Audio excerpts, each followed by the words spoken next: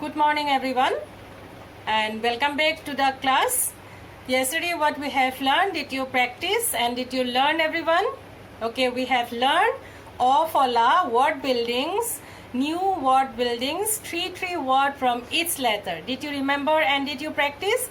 Did you practice that English meaning? And we have given the English meaning and you need to learn those English meaning also. Okay, so dear students, what we have learned yesterday and the same thing today we will learn from Horso U to Ri. Today we will learn 3 letters word buildings. 3 letters, 3 from each. Okay, each 3 words we will make and we will write. We will learn the English meaning also. Okay, so what we have learned yesterday, we will do the quick recap of what we have learned yesterday. Okay, so অৰে আমি কি কি শব্দ পাইছিলোঁ, অৰে আমি কি কি শব্দ পাইছিলোঁ, অৰে আমি পাইছিলোঁ অজ, অমৰ, অজগৰ। আৰে আমি কি পাইছিলোঁ, আম, আম, তাৰপিছত আসন আৰু আৰৱ। হৰ্ষ ইৰ পৰা কি পাইছিলোঁ, ইটা, ইমন আৰু ইকৰা। আৰু দীৰ্ঘ ইৰ পৰা আমি পাইছিলোঁ ঈদগাহ, ঈদ আৰু eagle. Our English meaning board tumaloke nichoy porisa. You have learned the English meaning. Okay, so please learn the English meanings also. Okay, so today what we will learn from the same page, page number 46, Horso Ur Pora Ri Loike. Okay, azir class or learning outcome. What will be learning outcomes from today's class? What we will learn today. Okay, look at the board. Hobdo Hazuaha learning outcomes. হৰ্ষ উৰ পৰা ৰি আখৰবোৰ যোগ কৰি শব্দ গঠন কৰিব পাৰিব আৰু ইংৰাজী অৰ্থও জানিব পাৰিব। অ'কে, আমি হৰ্ষ উৰ পৰা ৰি লৈকে আজি 3টা আখৰৰ শব্দ গঠন কৰিম আৰু সেই শব্দবোৰৰ ইংৰাজী অৰ্থও আমি জানিব পাৰিম।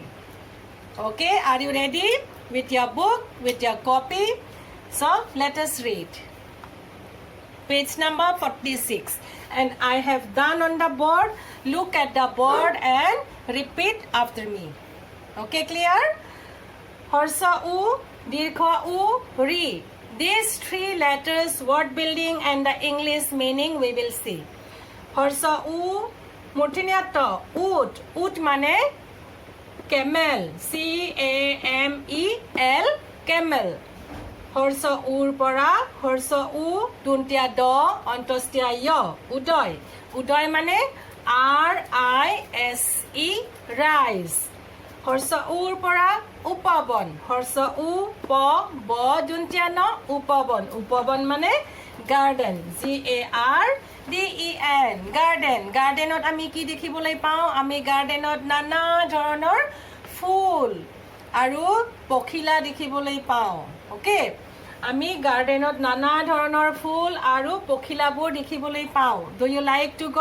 য়েছ, উই লাইক টু গ দেৰ। অ'কে, চ' নেক্সট দীৰ্ঘ উ। দীৰ্ঘ উৰ পৰা 3টা শব্দ, 3 words with দীৰ্ঘ উ। দীৰ্ঘ উৰ পৰা দীৰ্ঘ উ মূৰ্ধন্য ন ঊন। দীৰ্ঘ উ মূৰ্ধন্য ন ঊন। ঊন মানে কি, ঊল, WOOL, ঊল। দীৰ্ঘ উৰ পৰা উষা। দীৰ্ঘ উ মূৰ্ধন্য ষত আকাৰে খা, উষা মানে চান, SUN, চান, সূৰ্য। উষা মানে সূৰ্য বা চান। অ'কে, দীৰ্ঘ উৰ পৰা উৰু। দীৰ্ঘ উ ৰত হৰ্ষ উ কাৰে ৰু, উৰু। উৰু মানে ঠাই, THIGH, ঠাই, THIGH, ঠাই। অ'কে, ৰিৰ পৰা আমি পাইছোঁ ঋক্ষ, ঋক্ষ। ঋক্ষ মানে the moon, moon, MOON, moon. And ৰিৰ পৰা পাইছোঁ ঋষি, চেইণ্ট। ৰত ৰি মূৰ্ধন্য ষত হৰ্ষ ই কাৰিষি, ঋষি, SAINT, চেইণ্ট।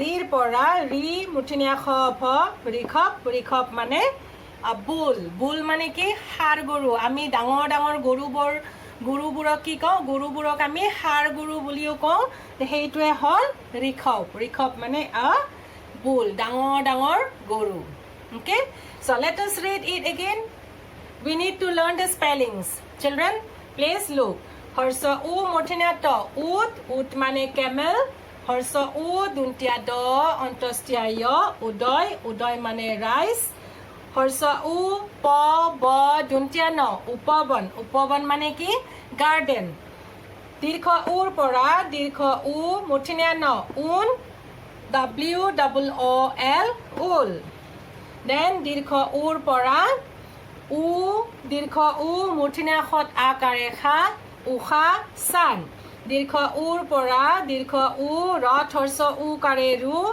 উৰু মানে ঠাই ৰিৰ পৰা ৰি ক্ষ ঋক্ষ the moon ৰিৰ পৰা ঋষি saint ৰি মূৰ্ধন্য ষত হৰ্ষ ই কাৰে খি ঋষি মানে saint ৰিৰ পৰা ৰি মূৰ্ধন্য ষ ভ ঋষভ ঋষভ মানে a bull so students you need to note down you need to write down in your copy and you need to learn the English meaning the Assamese spellings and the English meaning you need to learn so what we have learned from yesterday's class and today's class from yesterday's class we have learned for o a horsa e dirgha e word buildings from each letter how many words we have formed we have got three words clear and today also we have learned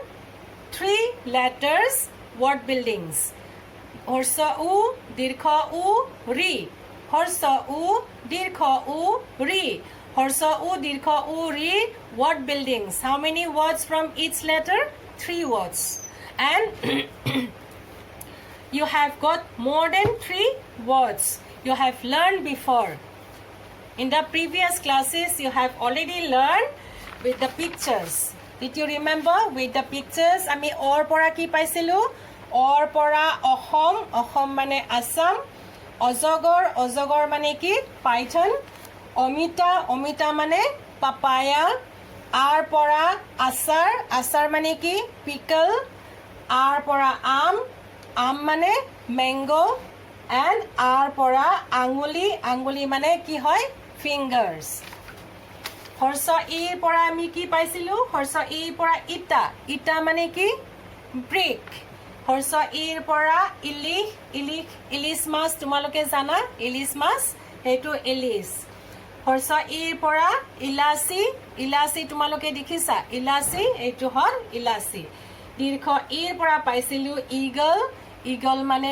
eagle দীৰ্ঘ ইৰ পৰা Eid Eid the festival of Muslims and Eid para Ikhani okay so we have already learned these words from the previous classes and today again few new words we have learned from the same letters and we have learned more words to build with those letters and Harsh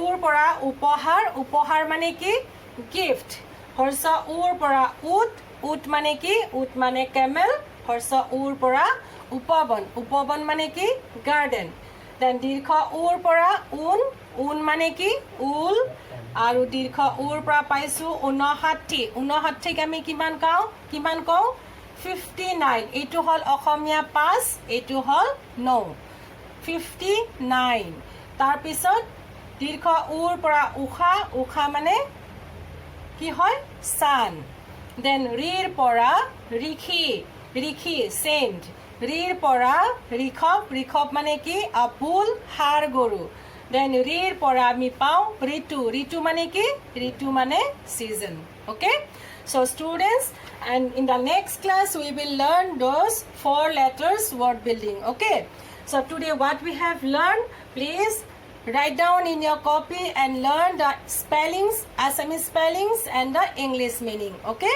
so do practice and homework I will be giving you homework and homework you need to do by your own okay So please do complete, and for today, thank you and have a nice day.